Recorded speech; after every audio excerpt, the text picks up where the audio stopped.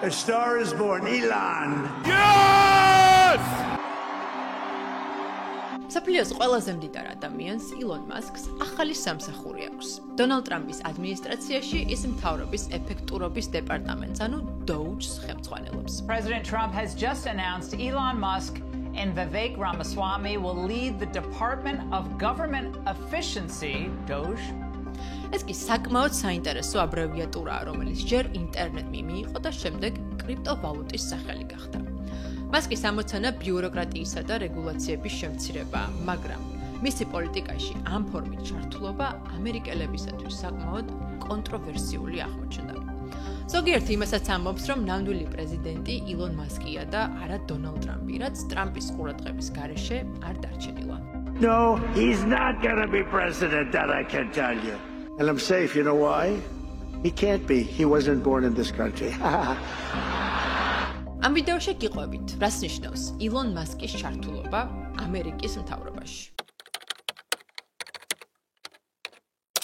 მილიონერების და გავლენიანი ადამიანების პოლიტიკით დაინტერესება არ ახალია არც ამერიკაში და არც საქართველოში. მაგრამ ილონ მასკს აქვს აქამდე არნახული ძალაუფლება, რომელიც სამი ძირითადი ფაქტორითაა განპირობებული. პირველი, მასკი არა მხოლოდ სამყაროს ყველაზე მდიდარი ადამიანია, არამედ მისი ქონება თითქმის ორჯერ აღემატება სიმდიდრით მეორე ადამიანის, ჯეფ ბეზოსის ქონებას, რომელიც ამაზონის დამფუძნებელია. აი იმ ამაზონის, საიდანაც ნივთებს ვიწერთ. ანუ შეიძლება ითქვას, რომ მასკს განუზომელი ფინანსური რესურსი აქვს. მეორე, მასკის მფლობელობაშია ონლაინ პლატფორმა X-ი, ყოფილი Twitter-ი, რომელიც როგორც თავად მასკი ამბობს, არის ნომერ პირველი გლობალური ინფორმაციის წყარო მილიონობით ადამიანისათვის. პირველი წყარო შეიძლება ხმამაღალი ნაცქვამია, მაგრამ ერთ-ერთი პირველი ნამდვილად არის. მაგალითად, ამ პლატფორმას იყენებენ მსოფლიო ლიდერები, პოლიტიკოსები, მომღერლები და სხვადასხვა გავლენიანი ადამიანები. აქვე ვიტყვი, რომ X-მეც ვიყენებ და შეგიძლიათ ამ მისამართზე გამომყვეთ. და მესამე, ამერიკის პრეზიდენტ დონალდ ტრამპთან სიახლოვე. ის არა მხოლოდ ახლოსაა ტრამპთან, არამედ მის კამპანიაშიც აქტიურად იყო ჩართული და ტრამპის მხარდამჭერებს საჯაროდაც მიმართავდა. სხვადასხვა წყაროს მიხედვით მასკმა $250 მილიონ მეტი დახარჯა ტრამპის გამარჯვებაში. სწორედ ამიტომ, ბევრი ფიქრობს, რომ ილონ მასკი ყველაზე გავლენიანი ადამიანია, რომელსაც ეს გავლენა არჩევნების გზით არ მოუპოვებია. ცოტა რამ ილონ მასკის პოლიტიკური გემოვნების შესახებ. ილონ მასკი თავს ნახევრად დემოკრატად და ნახევრად რესპუბლიკელად მიიჩნევდა. 2016 წელს მან დონალდ ტრამპის წინააღმდეგ ჰილარი კლინტონს მისცა ხმა, ხოლო 2020 წელს ჯო ბაიდენს.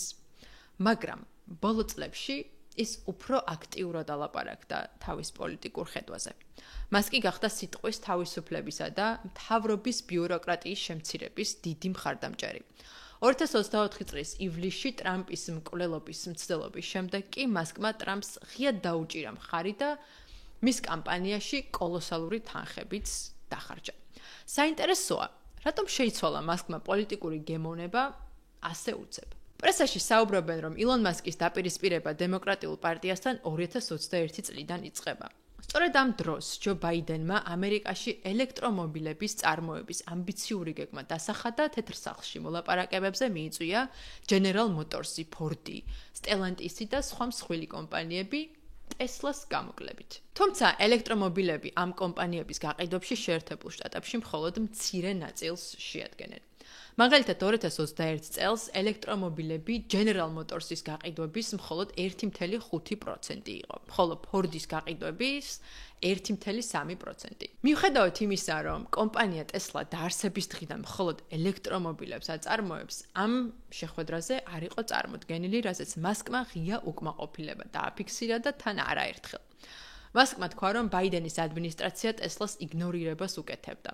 მაშინ გავრცელდა ხმები, რომ მასკი ექსცენტრიული ქცევის ადამიანია და თეთრ სახლში ელექტრომობილების მწარმოებელთა შეხვედრაზე იმიტომ არ მიიწვიეს, რომ ბაიდენის ადმინისტრაციას მისი უცნაური და ზოგჯერ უხერხული საქციელის არიგდება უნდოდა თავიდან. I reinvented electric cars and I'm sending people to Mars in a rocket ship. Think I was also going to be a chill normal dude? ბუნებრივია თვითონ ილონ მასკიც აცნობიერებს მისი ქცევის თავისებურებებს, რაზეც განაცხადა, რომ მიპატიჟების შემთხვევაში ის კარგად მოიქცეოდა.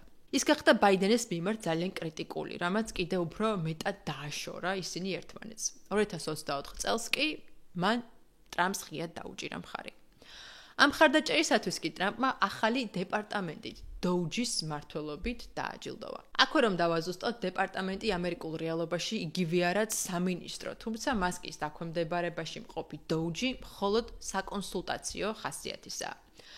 მას კი მას სათავეში ბიოტექნოლოგიების მეწარმე ვივეკ რამასვამისთან ერთად ჩაუდგა სათავეში, მათი საქმიანობა კი მოხალისეობრივია.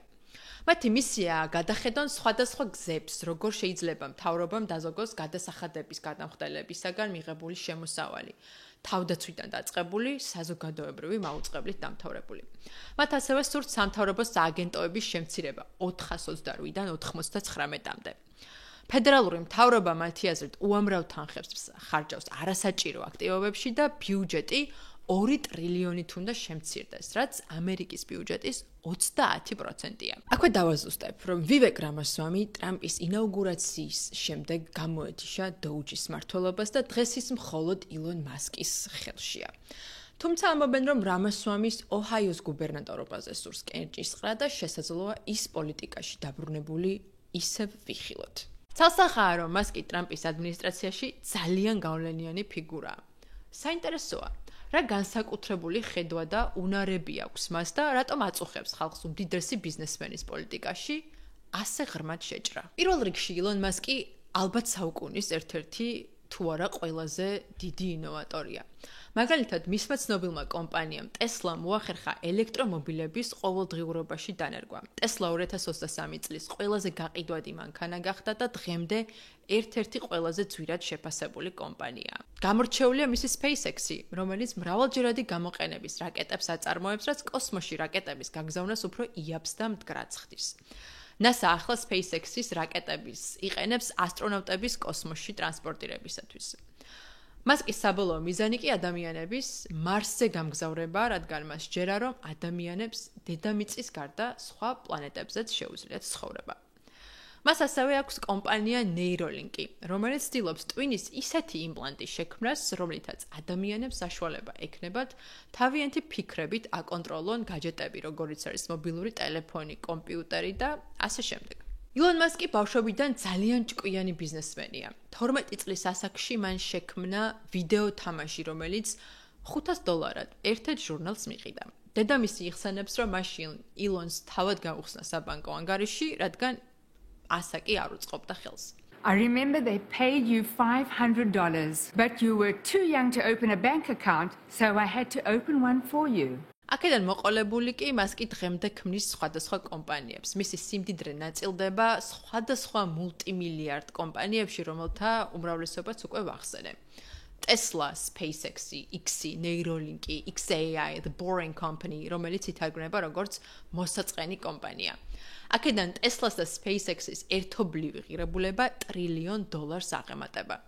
მისი არნახული წარმატება კი მის მიდგომებსა და ხასიათს უკავშირდება, რაც მის კიდევ ერთ საუკეთესო თვისებამდე მივყავართ.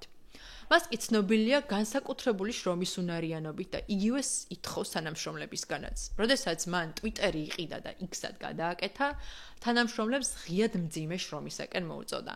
მას კი ღრმადაა ჩახედული თავის კომპანიებში, განათლებით ფიზიკოსი და ეკონომისტი თავისი კომპანიების მეცნიერულ მხარეს დროის 80%-ს უთმობს. I think a lot of people think I must spend a lot of time with media or on businessy things, but actually almost all my time, like 80% of it is spent on engineering and design. ილონ მასკი ასევე ეფექტური მარკეტოლოგია, რომელიც წარმატებით ყიდის თავის იდეებს, რაც კარგად ჩანს თუნდაც პლატფორმა X-ზე. ის ყურადღების მისაქცევად ხშირად იყენებს მიმებს, ანუ გრაფიკულ შარჟებს პირდაპირ ხისტ ენას, რაც შემდეგ საზოგადოების განსჯის საგანი ხდება. ილონ მასკი ასევე ცნობილია თავისი კომპანიების მაღალი პროდუქტიულობით და დაბალი დანახარჯების შენარჩუნებით. მაგალითად, სხვა კომპანიებისაგან განსხვავებით, Tesla მანქანის ნაწილებს თვითონ აწარმოებს და მანქანებს კლიენტებზე ყოველგვარი შუამავალი ავტოცენტრების დახმარებით ყიდის. სწორედ შუარგოლის არარსებობით ახერხებს Tesla ბაზარზე ფასების შენარჩუნებას. მასკისათვის უპირველესია პროდუქტიულობა და არა თუნდაც ზრდილობა. მაგალითად, ერთ-ერთ გამოჟონილ იმეილში მას კი ტესლას თანამშრომლებს მოუწოდებდა შუა შეხვედრიდან წამოსულიყვნენ, თუ ამ შეხვედრას მათთვის სარგებელი არ მოჰქონდა. მისი თქმით, არა შუა შეხვედრის დატოვება უზრდელობა, არამედ დარჩენა და სხვისი დროის გაფლანგვა. ასე რომ, მას კი სამუშაო ეთიკა და ხედვა ის, რის გამოც ტრამპს იმედი აქვს მთავრობის გარდაქმნაში დაეხმარება. მაგრამ შეიძლება მთავრობა მართო ისე, როგორც მართავ ბიზნესს. სწორედ აქ არის ყველაზე მეტი კრიტიკა. შეძლებს სამყაროს უმდიდრესი ადამიანი საჯარო ინტერესის, თავის ბიზნეს ინტერესზე წინ დაყენებას.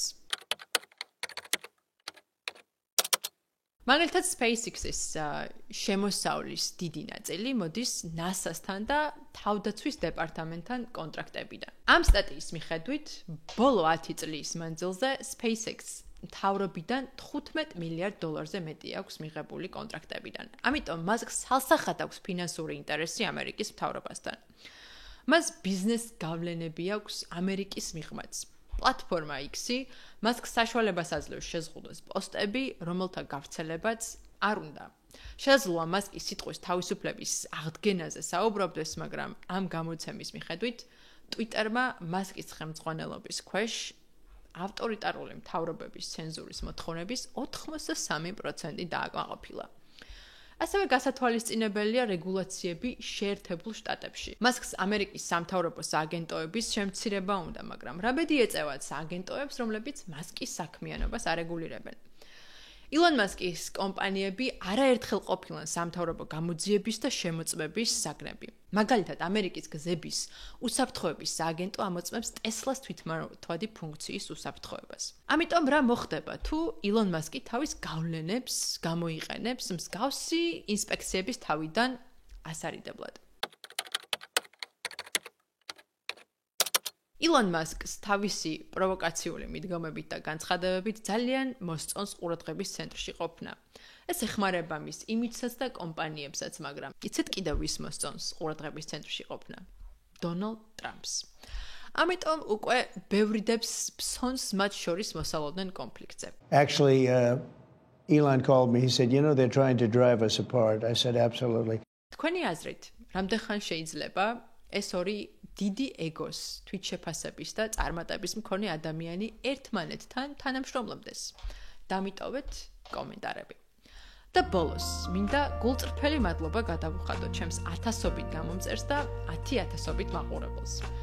თქვენს ასეთ მხარდაჭერას დიდი წვლილი შეაქვს არხის კონტენტის გაუმჯობესებაში. ამიტომ აუცილებლად გამოიწერეთ ჩემი არხი, დამიტოვეთ კომენტარები და გამომყევით Instagram-ზე, TikTok-ზე და X-ზე. შევხვდებით შემდეგ ვიდეოში.